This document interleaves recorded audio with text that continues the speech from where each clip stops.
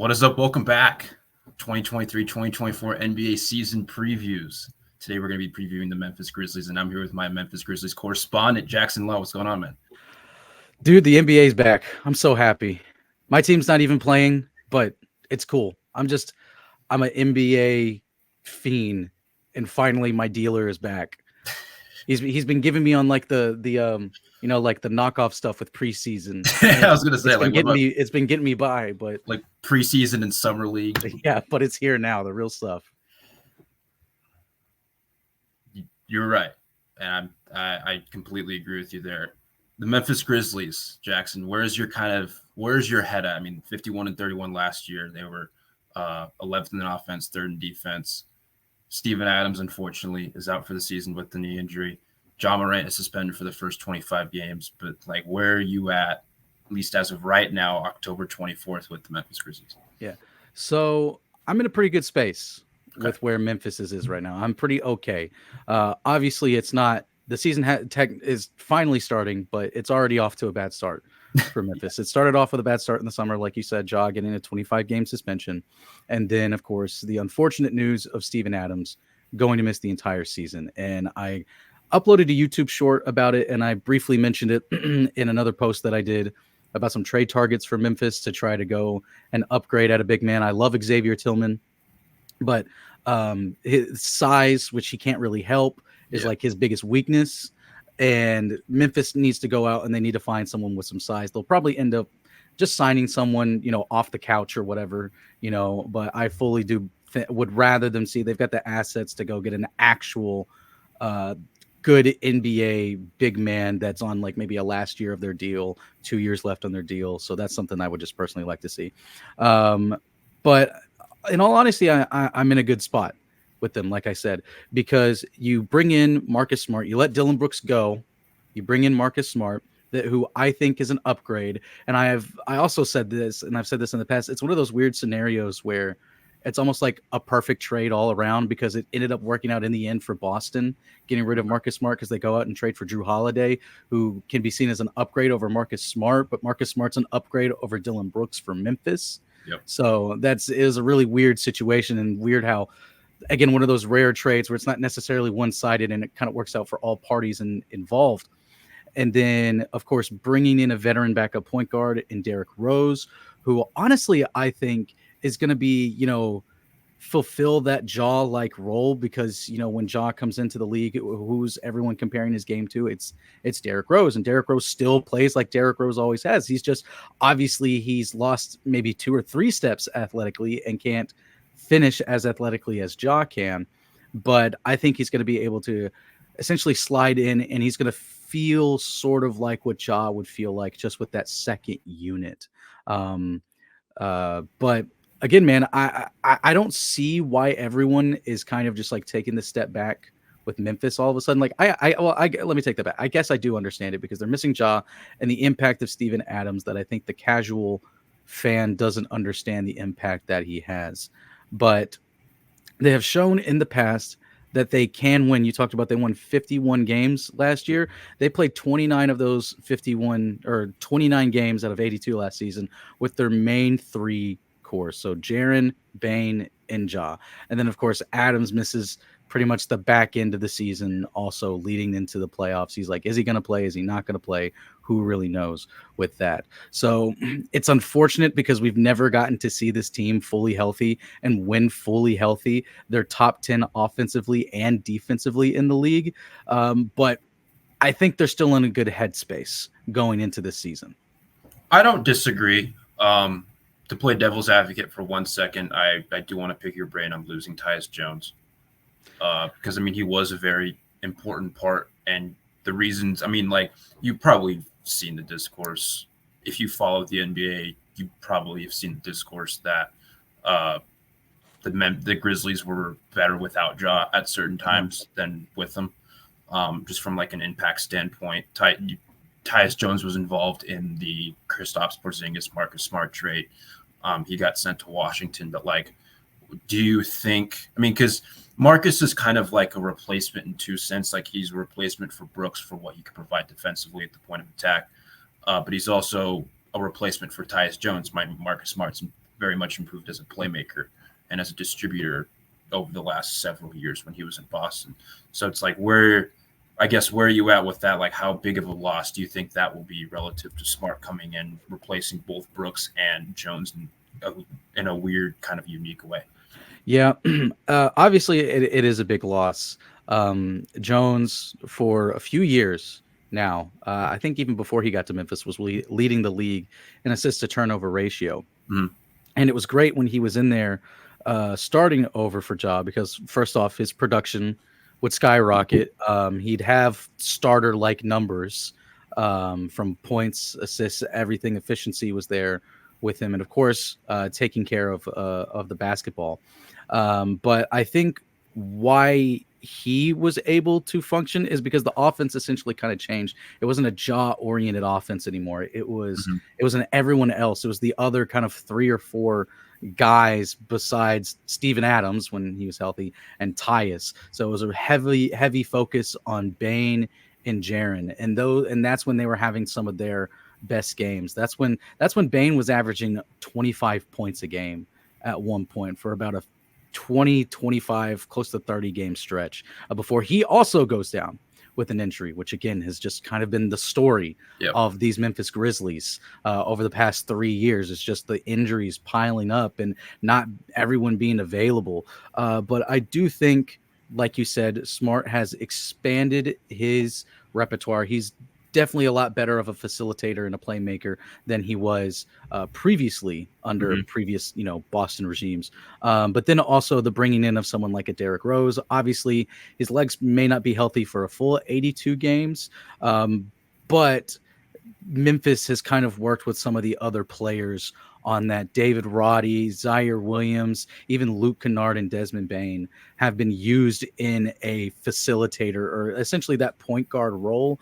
Just, they're not the tried and true ball handlers and can run an offense for, 30 plus minutes a night. But they can do the job if they're a little bit shorthanded. If Rose is out, maybe even Smart's out, one, two, or maybe even all three of the main point guards on the roster. They do have Gilliard, who's on a 2-way contract that I think that they're going to probably end up using the entirety, however many times. I forget how many times you can have a 2-way player play or on your roster.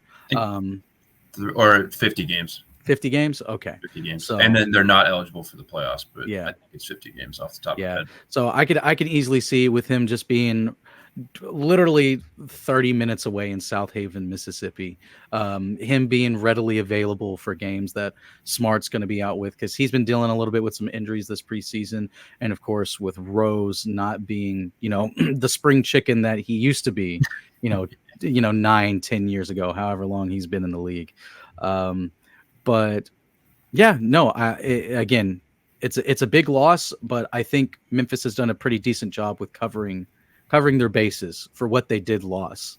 And then they get a unique player in Marcus Smart, who, like you said, fulfills the facilitating role, the secondary facilitating role that Tyus had, and then also the are we frozen? No, we're good. Oh, okay. Like everything just kind of froze on my end for a second. Oh. So, but then also the defensive side that you lose in Dylan also. The couple guys you mentioned that I want to pick your brain about. So there's really like 3 solidified guys in the starting lineup right now: Bane, Smart, and Jaren Jackson Jr. I'm guessing Tillman will kind of be that 4th guy, unless maybe want to go with like Aldama or whatever. But a couple guys I want to pick your brain about for like that 5th open spot. Obviously Jake LaRavia, rookie last year. David Roddy, big body Roddy, my guy. Yeah, Colorado State. And then the last guy I mentioned was a guy who really stood out in preseason that you and I have talked about off air, who were both like a lot higher on this year, Zaire Williams. The decision making looks better. The shot looks a lot better. Again, it's just a preseason sample. It's a minimized sample, but it's the sample that we have to work with right now. And in that sample, he looks really, really, really good. Who do you kind of think fills that spot, at least for the time being, until Ja gets back? Yeah, so it's an interesting answer to that question because there's kind of what obviously I think should happen, and then there's how Taylor Jenkins works. And how Taylor Jenkins works as a coach, because I see it time and time again, is that usually players that are hot, because like you have almost like a redundancy between Zaire, David Roddy, and Jake LaRavia. Now they all kind of specialize in doing different things at varying degrees, but they all kind of fill the same role of being that wing player that you got to rely on, almost like a 3-and-D wing player, Yeah. almost, and with some ball handling capabilities, and all have shown flashes in the past.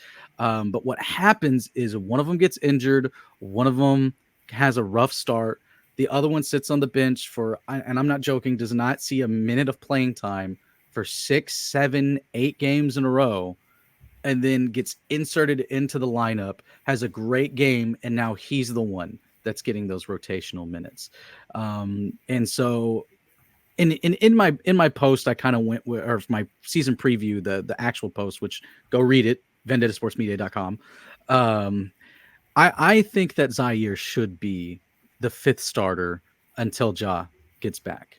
Mm-hmm. The reason being, I think he brings a bit more offensive versatility, and the mindset that he had coming into this season.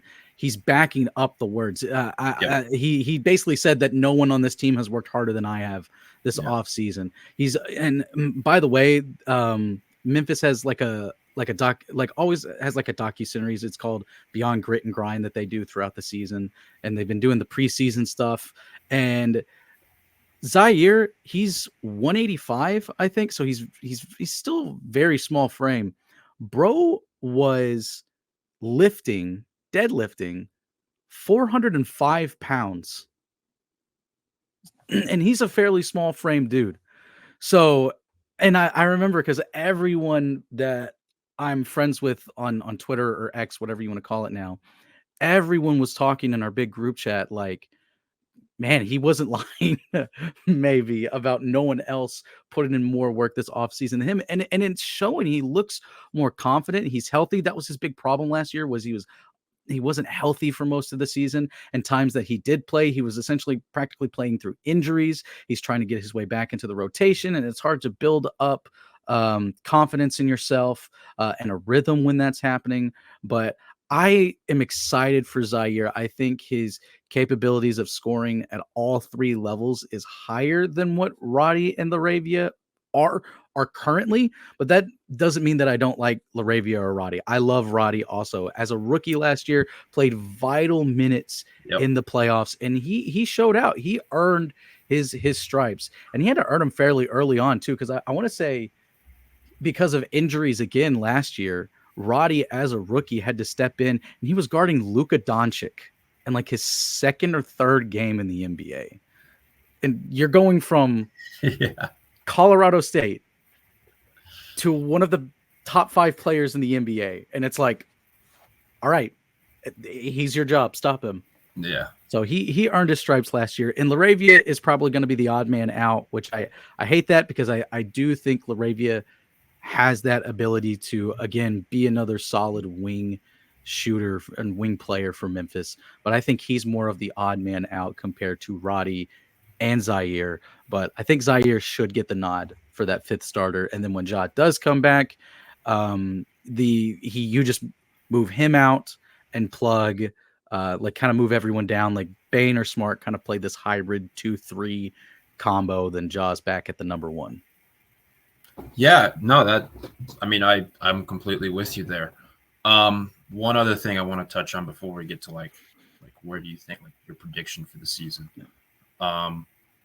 Who do you like among the guys maybe that we just talked about, or maybe the guys that I have yet to mention, like John Conchar, like Luke Kennard, who you'll get a full season of this year, who I don't think people realize how efficient Luke Kennard is. Oh, no. Like, it's absurd, his efficiency from 3-point. Like, he's been at like literally 45-ish%. Yeah, no, that's 4 years. That's why I was so excited when Memphis traded for him last year, because Kennard and Bane were 2 of the top 5 shooters in the league, and now you have them both on the same team. Right. Like, maybe the volume for Luke Kennard in his career isn't necessarily what you want or what you would want to be at. But again, like 45% for multiple years, even on like medium volume, low volume, whatever, it's still something that should be looked at. Yeah. And it should be respected to at least some extent. Among those guys, I mean, I'm trying to like look and see like if there's like who do you think is like an X factor for this team, whether it's to make the West semi, maybe make the Western Conference Finals, NBA Finals. Like who do you think is the X factor? It could be anyone that we mentioned. Yeah. So in my post, I put Ja as the X factor, but I'm gonna go with it in a different direction in the video here. I'm gonna go with Santi Aldama as the X factor, simply because he has the opportunity to be the sixth man on this team. And the reason why I say that is because just kind of from this domino effect of Adams is out, we need bigger bodies in there, and Jaren, and his stats back this up. When Adams is not out there, his fouls increase, meaning that he is not going to be on the court as long as you need him to be. So the instant person that's going to come in is going to be Santi Aldama. And if there's rebounding troubles, Aldama is going to be the one that comes in. He had an amazing summer with Spain.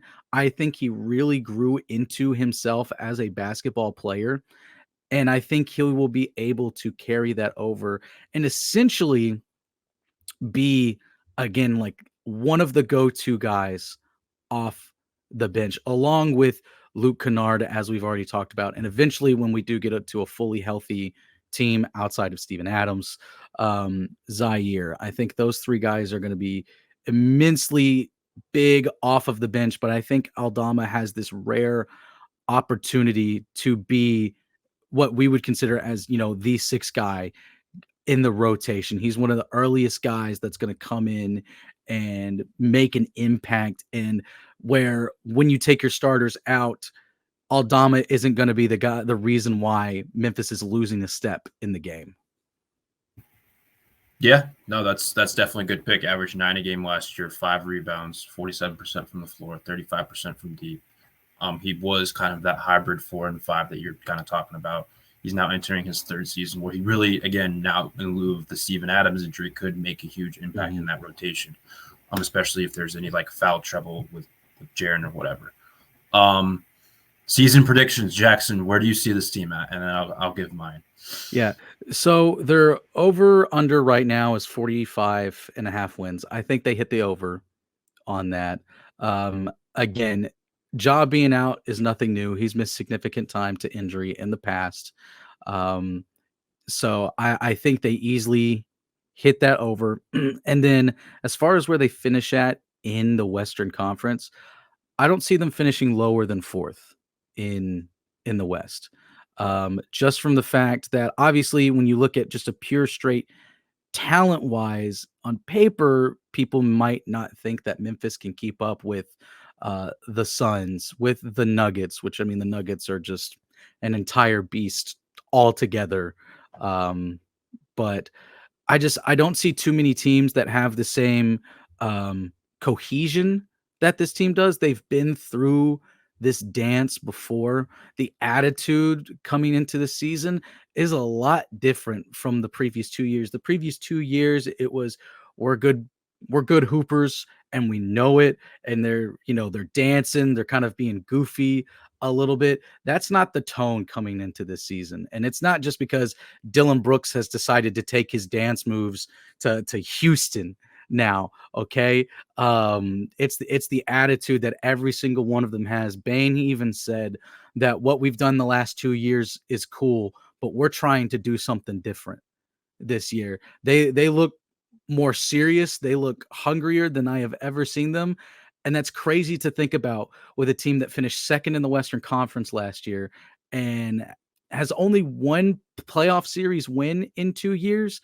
But that's, again, crazy to think about when only 2 players on this roster have been in the league for double-digit years. And one of them was just brought onto the team this year in Derrick Rose. So again, just with everything and then sheer vibe and willpower, I think that again, I don't think they finish lower than fourth, maybe a fifth seed. If again, and again, this is barring any major injuries, Jaren missing significant time, Bane missing significant time, anyone else of the key rotational players missing significant time. I think they can easily kind of slide again into no lower than a fourth seed and then just get a decent matchup in the playoffs. Ja's going to be healthy, hopefully have fresh legs. The most underrated part of his suspension that I don't think people talk about enough is that he can still practice with the team. He can still travel with the team. So when his 25 games is up December 19th, I can't remember who they're playing, but that's his first game back. He's going to have fresh legs, but he's not going to have lost a step because he hasn't been away from the team. He hasn't been away from basketball. He hasn't been away from the practices and building chemistry and working on the plays with the team. He's going to be right there, slide right in, and hopefully have those fresh legs for a playoff push. I hope you're not mad at me, but I do have the Grizzlies as a fifth seed. That's fine. No. And it's not, I don't disagree with anything that you just said. I'm having a very hard time with the West right now. The West is hard. The West is like crazy. I've probably changed 3 or 4 different teams at least a half dozen times. Like it's so hard to gauge, and it's harder for me to gauge because of like the Ja suspension. Yeah.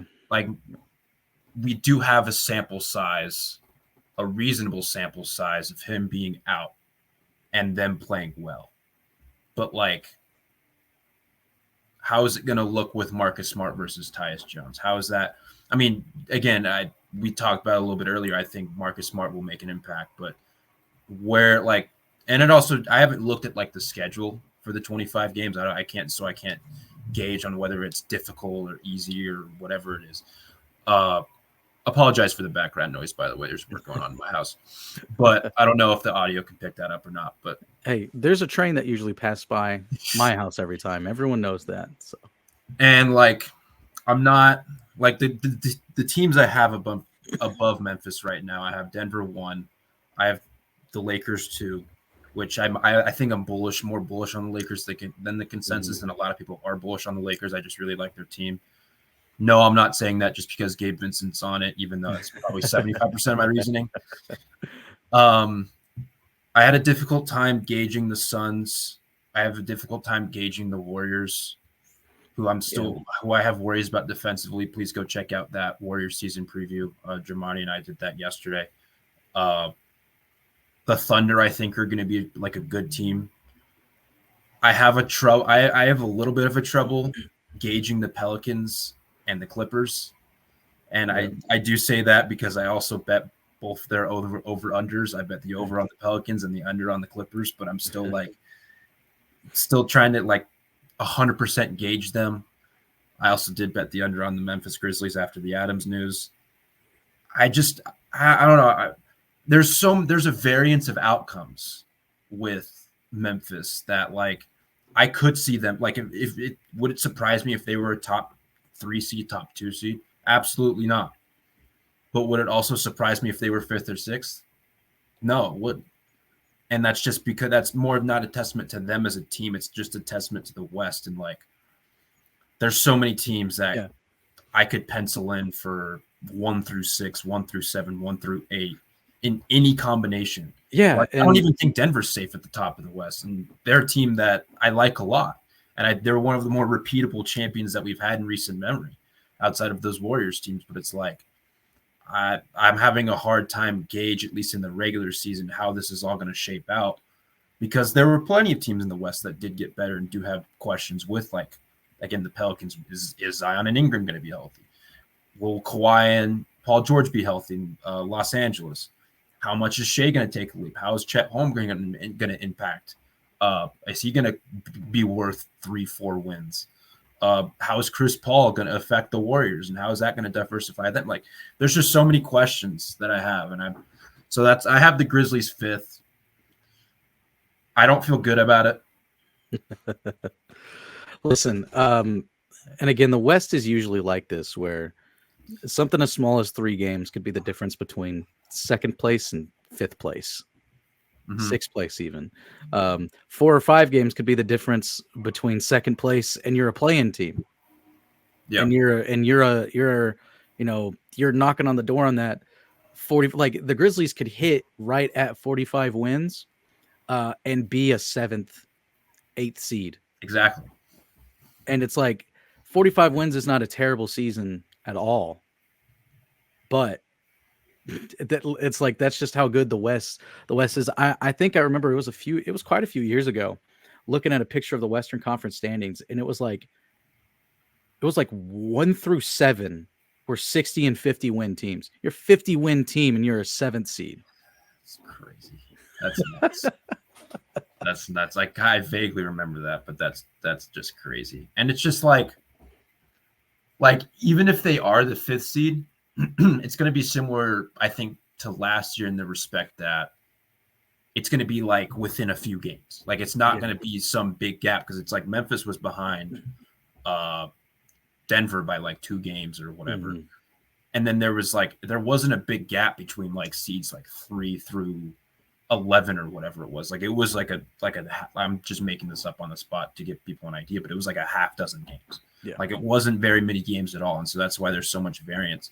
I don't think it's going to be a big gap either way. But yeah, I don't feel great about having him as the 5th seed.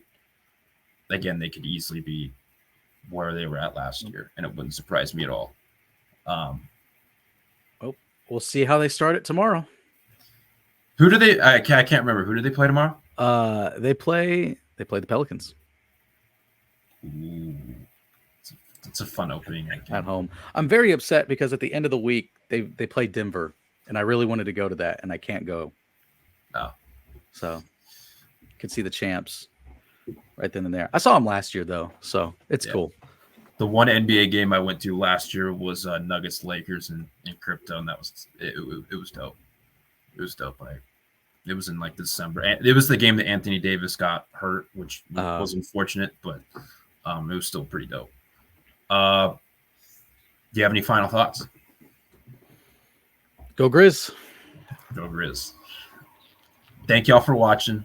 Please like and subscribe. Please go visit vendettasportsmedia.com. We have all of our NBA season previews up on there, as well as the YouTube page, where we will be having all of our NBA season previews just in a matter of days. The NBA season is officially back. It feels like Christmas Day. Jackson mentioned beforehand, I'm stealing that from him. It feels like Christmas Day. It's not, but for basketball fans, it is. It is, yeah. Or I guess more like maybe like a Hanukkah because it's like a whole week feeling, you know? Because it's like, yes, just every day more. Give me more. Thank y'all for watching. My name's Matt. This is Jackson. See y'all next time.